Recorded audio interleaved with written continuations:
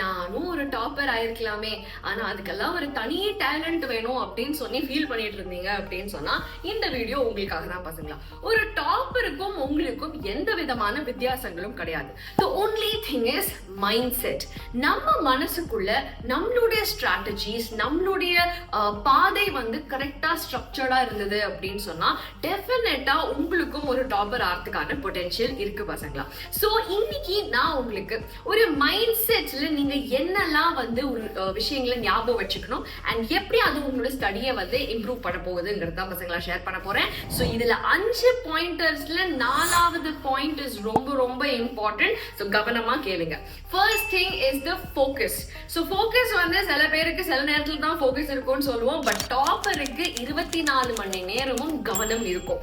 என்ன பண்ணாலும் என்ன யாரு வந்து என்ன பேசினாலும் எண்ட் ஆஃப் த டே நம்மளோட கோல் என்ன, நம்ம என்ன பண்ணணும் என்ன பண்ணக்கூடாது, எங்க போய் அடையணுங்கிற லட்சியம் மட்டும்தான் அவன் மைண்ட்ல ஓடிட்டு இருக்கும். ஸோ இன்னில இருந்து உங்க மைண்ட் செட்ல நீங்க மாத்த வேண்டியது இந்த ஃபோக்கஸ். என்ன நெகட்டிவான தாட்டோ இல்ல டிஸ்ட்ராக்ஷனோ என்ன வந்தாலும் உங்களுடைய கவனம் படிப்பு, பிராக்டிஸ், அனாலிசிஸ், எங்க நம்ம இம்ப்ரூவ் பண்ணணுங்கிறத பார்த்து மேல ஏறதுல மட்டும்தான் இருக்கணும் பசங்களா. ஞாபகம் வச்சுக்கோங்க. 2வது பாயிண்ட் இஸ் ஸ்மார்ட் ஸ்டடி. நீங்க 20 மணி நேரம் படிக்கிறேன், 24 மணி நேரமும் படிக்கிறேன்னு சொன்னாலும் என்ன படிக்கிறேன் எப்படி படிக்கிறேங்கிறது ரொம்ப இம்பார்ட்டன்ட். திருப்பி திருப்பி வந்து படிச்சதையே படிச்சு புரியாம மக்கடிச்சு அல்லது வந்து ஆன்சர்ஸை பார்த்து கெஸ் ஒர்க் பண்ணி எப்படியோ சமாளிச்சு மேல போயிடலாம் அப்படின்னு இல்லாம கான்செப்சுவலா ஸ்ட்ரென்தன் பண்ணிக்கோங்க. அது மட்டும் இல்லாம ஹை வெயிட்டேஜ் டாபிக்ஸ்ல எக்ஸ்ட்ரா கவனம் கொடுங்க. அனாலிசிஸ் பண்ணி எது நம்மளோட வீக்கான ஏரியாஸ்ன்னு பார்த்து அதை ஸ்ட்ரென்தன் பண்ணுங்க. அதுதான் ஒரு டாப்பருக்கான அழகு. 3வது point is time management. Time மேனேஜ்மெண்ட்னு சொல்லும்போது 24 மணி நேரம் உங்களுக்கு இருக்கிறது தான் ஒரு டாப்பருக்கும் இருக்கு. பட் அதை எப்படி நீங்க யூட்டிலைஸ் பண்றீங்க அப்படிங்கிறது தான் இங்க வித்தியாசம். ஸோ ஃபர்ஸ்ட்லி ஒரு நாள் காலையில எந்திரிச்சு இன்னைக்கு பிசிக்ஸுக்கு நாள் நல்லா இல்லை, கெமிஸ்ட்ரி படிக்கலாம், இன்னைக்கு கெமிஸ்ட்ரி தான் நேற்று படிச்சிட்டோமே, பயாலஜி படிக்கலாம் அப்படின்னு ஒரு கிளாரிட்டியே இல்லாம தொடங்காம every day plan your day in such a way that நம்ம ஆரம்பத்துல இது பண்ண போறோம், அடுத்தது அப்படின்னு சொல்லிட்டு ஒரு ஸ்ட்ரக்சர் மெயின்டைன் பண்ணுங்க.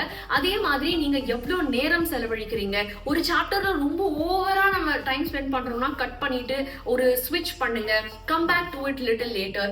எக்ஸாம்லயே கூட நீங்க டைம் எப்படி மேனேஜ் பண்ணுங்கிறது எஃபெக்டிவா பிராக்டிஸ் பண்ணுங்க. சோ நேரத்தை எப்படி வைஸா யூட்டிலைஸ் பண்றோங்கிறது தான் ரொம்ப ரொம்ப இம்பார்ட்டன்ட். சோ அதுல கவனம் செலுத்துங்க. 4வது பாயிண்ட் நான் சொன்னேன் இல்லையா, ஒரு டாப்பரோட மைண்ட் செட்லயே நீங்க ஞாபகம் வச்சுக்க வேண்டிய ரொம்ப இம்பார்ட்டன்டான பாயிண்ட் இஸ் கன்சிஸ்டன்சி.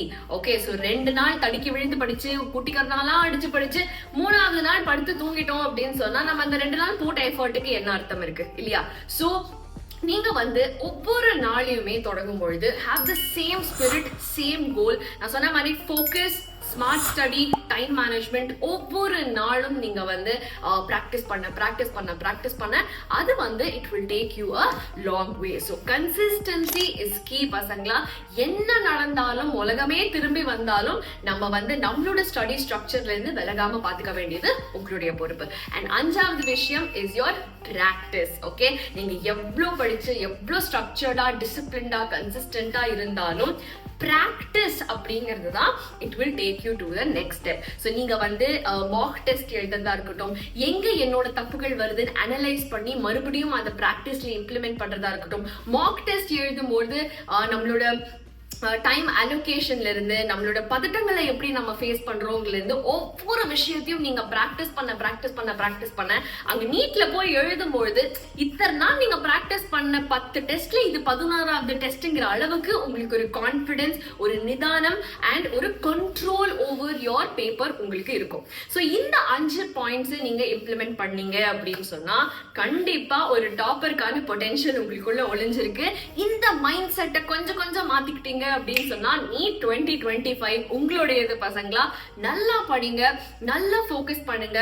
நான் சொன்ன பாயிண்ட்ஸ் எல்லாத்தையுமே ஞாபகம் வச்சுக்கோங்க. முக்கியமா கன்சிஸ்டன்டா இருங்க. சோ இந்த ஒரு வீடியோ உங்களுக்கு யூஸ்ஃபுல்லா இருந்திருக்கும்னு நினைக்கிறேன். இதுக்கு மேல இன்னும் 4 வீடியோ பார்த்து டைம் வேஸ்ட் பண்ணாம உடனே களத்துல இறங்குங்க. நீட் 2025 அடிச்சு தூக்குங்க பசங்களா. All the best.